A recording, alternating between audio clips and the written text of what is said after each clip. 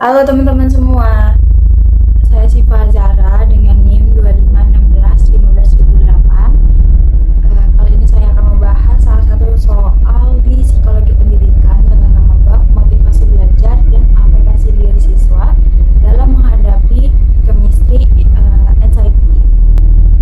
Nah, di sini sudah ada salah satu contoh soal yang saya bikin, di mana ada dua teman siswa yang bernama Dito dan Sasa. Dito dan Sasa ini adalah teman kelompok yang dimana mendapatkan tugas untuk membuat poster laju reaksi. Sasa hanya mengambil bagian di mana yang Sasa tahu saja atau yang Sasa pahami, seperti definisi dan faktor-faktor laju reaksi. Sedangkan Dito, meskipun pemahaman mereka tidak jauh berbeda, dia tetap mengambil bagian di mana menggambar grafik tentang laju reaksi. Jika ada kesulitan, Dito langsung melihat buku referensinya.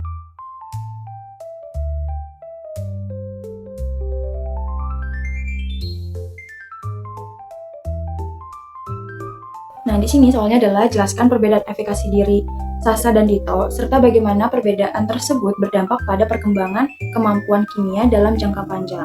Nah, teman-teman, sebelum aku membahas jawaban, aku pengen kaitkan dulu kasus ini dengan teori yang sudah aku buat di modul tersebut ya.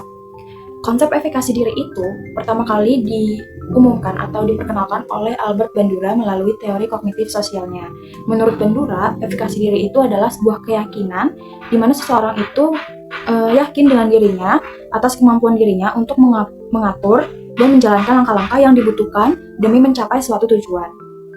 Yang penting digarisbawahi di efikasi diri itu adalah bukan untuk ukuran kecerdasan atau kemampuan real seseorang ya teman-teman, tetapi keyakinan subjektif tentang apa yang bisa ia lakukan dengan kemampuan yang dia miliki. Nah, ini yang membuat soal Sasa dan Dito itu menarik nih teman-teman, karena di soal itu disebutkan kemampuan awal mereka tuh sebenarnya tidak jauh berbeda atau sama.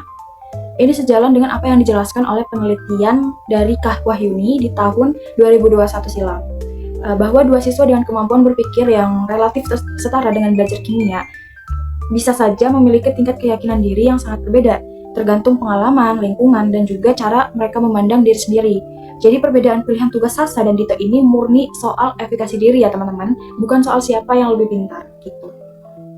Sasa ini memilih mengerjakan bagian yang sudah ia pahami, seperti definisi dan faktor-faktor laju reaksi, yang dimana bisa mencerminkan ciri khas siswa itu sendiri dengan efikasi rendah. Kalau menurut Kak Asrori di tahun 2002 silam, siswa dengan keyakinan diri rendah cenderung menghindari tugas yang sulit dan lebih memilih zona yang sudah pasti aman untuk ia lakukan. Karena mereka menganggap kegagalan sebagai bukti bahwa dirinya memang tidak mampu. Nah, pilihan Sasa ini untuk hanya mengambil bagian yang amannya saja, itu sebetulnya adalah strategi menghindari risiko kegagalan, teman-teman. Bukan soal ketidaktahuan. Sebaliknya, teman-teman, Dito yang memilih bagian yang lebih sulit atau sedikit menantang menurut Dito, yaitu menggambarkan grafik perubahan konsentrasi terhadap waktu, dan ketika ia bingung, ia aktif mencari sumber tambahan dari buku referensinya. Nah, sikap yang seperti itu sebenarnya menunjukkan dua hal sekaligus, teman-teman. Yang pertama, kesediaan mengambil tugas sulit adalah ciri khas siswa dengan efikasi diri tinggi yang juga dijelaskan oleh penelitian Kak Asrori di tahun 2020 silam. Kedua, sikap Dito ini saat Dito mencari referensi tambahan, itu adalah sikap di mana dia mengalami kebingungan adalah bentuk konkret dari ketekunan atau persistence. Yang menurut Kak Wahyuni di 2021 silam, itu merupakan dimensi yang paling jelas membedakan siswa berefikasi tinggi dan rendah. Gitu teman-teman.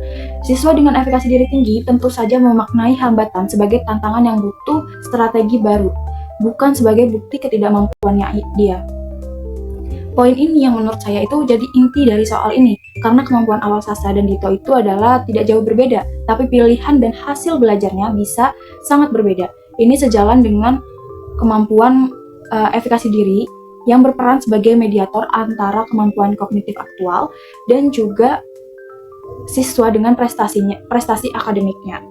Jadi dari dua siswa dengan kemampuan yang setara itu belum tentu efikasi mereka tuh sama teman-teman. Ada saja siswa dengan efikasi diri lebih tinggi cenderung tampil lebih baik secara konsisten, yang menunjukkan bahwa kemampuan awal mereka tidak jauh berbeda, supaya kita fokus menganalisis variabel efikasi dirinya, bukan kemampuan kognitifnya. Dalam jangka panjang, perbedaan ini akan semakin terasa. Contohnya adalah Dito dengan efikasi diri yang tinggi cenderung menggunakan strategi belajar yang lebih mendalam atau deep processing strategies.